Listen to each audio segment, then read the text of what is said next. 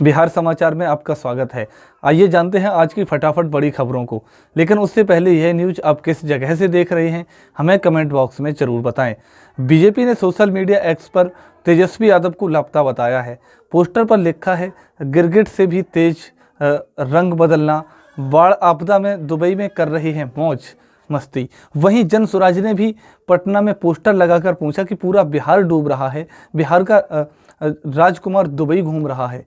प्रख्यात समाजवादी बिहार के विकास पुरुष मुख्यमंत्री नीतीश कुमार जी को भारत रत्न दिया जाए, यह मांग जेडीयू के नेताओं ने उठाई है।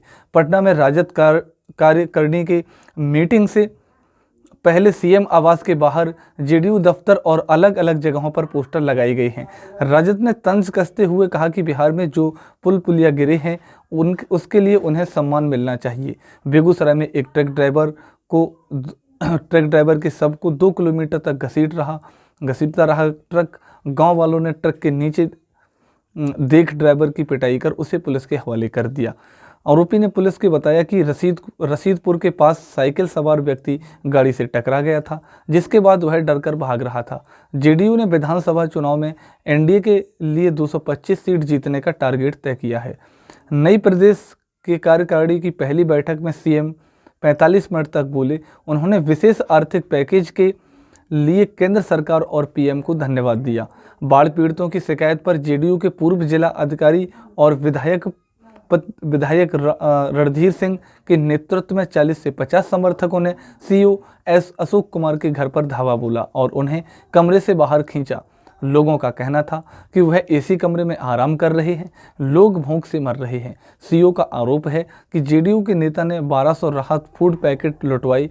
प्रताप ने लोकसभा चुनाव के दौरान हेलीकॉप्टर से तेजस्वी के मछली खाने पर कहा कि मैं पहले नॉन खाता था, लेकिन बीते कई सालों से शुद्ध शाकाहारी हूँ।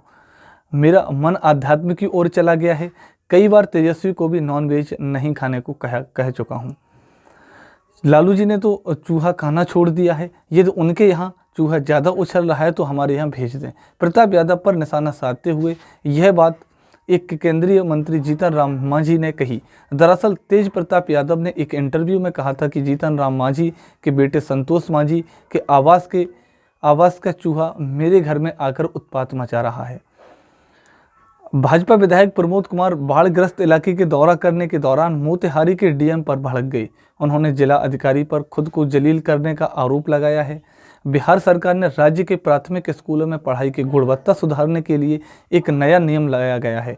अब से कक्षा 1 से लेकर के 8 तक के बच्चों के होमवर्क और क्लास वर्क की जांच लाल पेन से की जाएगी। सरकार का मानना है कि इससे बच्चों को अपनी गलतियां आसानी से समझने में मदद मिलेगी और वे अपनी पढ़ाई में सुधार कर पाएंगे। यह फैसला शिक्षा विभाग के सभी अधिकारियों को भेज दिया गया ताकि वे इसका पालन कर सकें। बिहार में मिड डे मील के दौरान छात्रों को कुत्ते के झूठा भोजन देने पर आरोप लगा है। मामला भागलपुर जिले के सुल्तानगंज स्थित प्राथमिक विद्यालय नारायणपुर का है। ग्रामीणों ने रसोइया को हटाने की मांग को लेकर विद्यालय में हंगामा किया। विधायक के प्रधानाध्यापक ने ग्रामीणों को बताया कि रसोइया के हटाने पर अधिकार उनके पास नहीं है। इस घटना ने क्षेत्रों में सनसनी फैला दी है और लोगों में आक्रोश है। ऑनलाइन धोखाधड़ी करने वाले जालसाज अक्सर लोगों को ठगने के लिए कोई ना कोई तरकीब जरूर निकाल लेते हैं।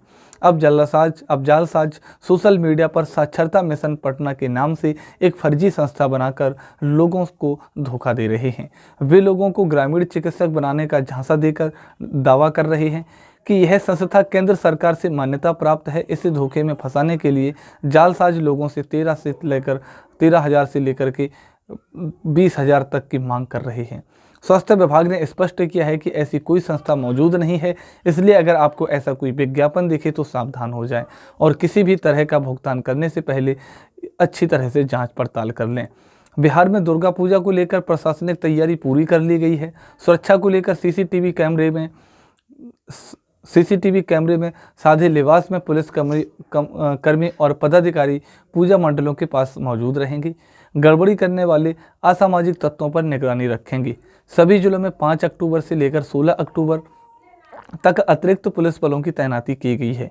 बता दें कि पिछले साल की तुलना में इस बार अधिक प्रतिमाएं स्थापित हुई हैं। 2023 में लगभग 15,000 के आसपास प्रतिमाएं स्थापित हुई थी, जबकि इस बार पूरे बिहार राज्य के अंदर लगभग 16,000 के आसपास प्रतिमाएं स्थापित की गई हैं।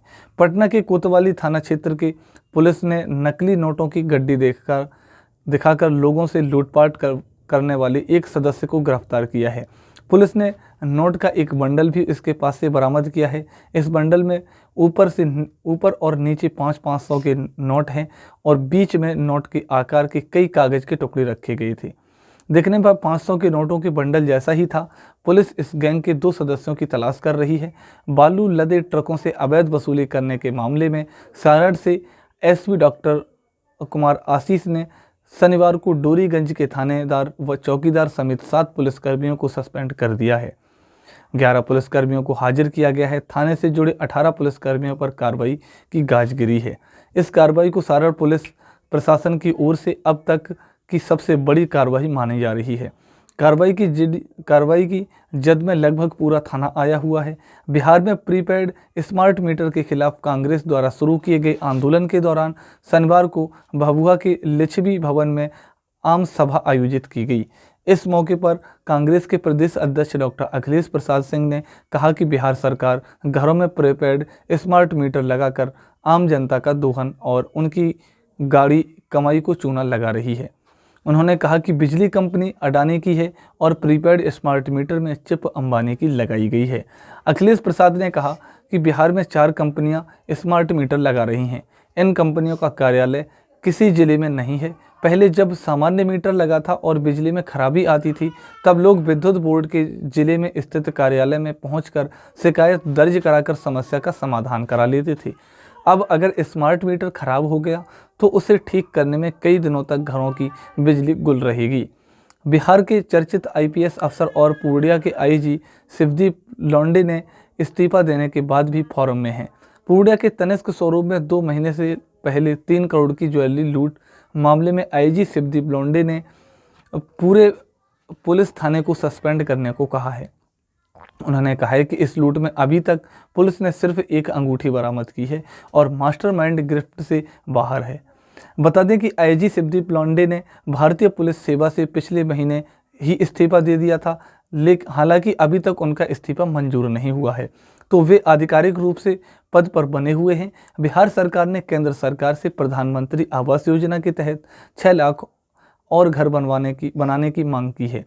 इस समय केंद्र सरकार ने बिहार को 23 लाख लगभग घर बनाने का लक्ष्य दिया था और इनका निर्माण शुरू हो चुका है। बिहार सरकार का कहना है कि राज्य में अभी भी बहुत से गरीब लोग ऐसे हैं जिनके पास अपना घर नहीं है, इसलिए वे केंद्र सरकार से और अधिक घर बनाने की अनुमति मांग रहे हैं। इस तरह बिहार में अधिक से अधिक गरीबों के पक्के मकान मिल सकेंगे। चुनाव से पहले बिहार की नीतीश सरकार पूरे राज्य में तेजी से विकास कार्य कर रही है। दरभंगा को पहले केंद्र ने एम्स का तोहफा दिया, वहीं अब जल्द ही शहर को मेट्रो की सुविधा मिलने जा रही है। इसके लिए सीएम नीतीश कुमार ने अधिकारियों को रोड मैप बनाने का निर्देश भी दे दिया है। बता दें कि पटना के अलावा 4 और शहरों में मेट्रो रेल सेवा शुरू करने के लिए राज्य ने सैद्धांतिक रूप से मंजूरी भी दे दी है। इनमें मुजफ्फरपुर, गया, दरभंगा और भागलपुर शामिल है।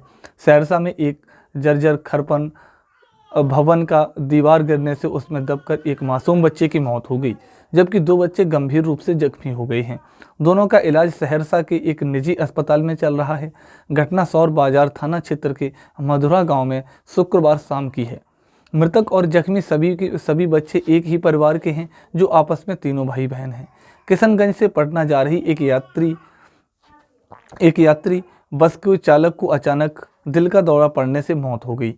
दम तोड़ने से पहले चालक ने बस को साइड में लगाया और फिर स्टीयरिंग पर ही दम तोड़ दिया। मृतक चालक की पहचान पटना जिले के मीठापुर थाना के निवासी मुन्ना नेपाली के रूप में हुई है। सफर के दौरान हुए इस हादसे में बस में बैठे सभी यात्रियों को भी झकझोर कर रख दिया है। बेतिया में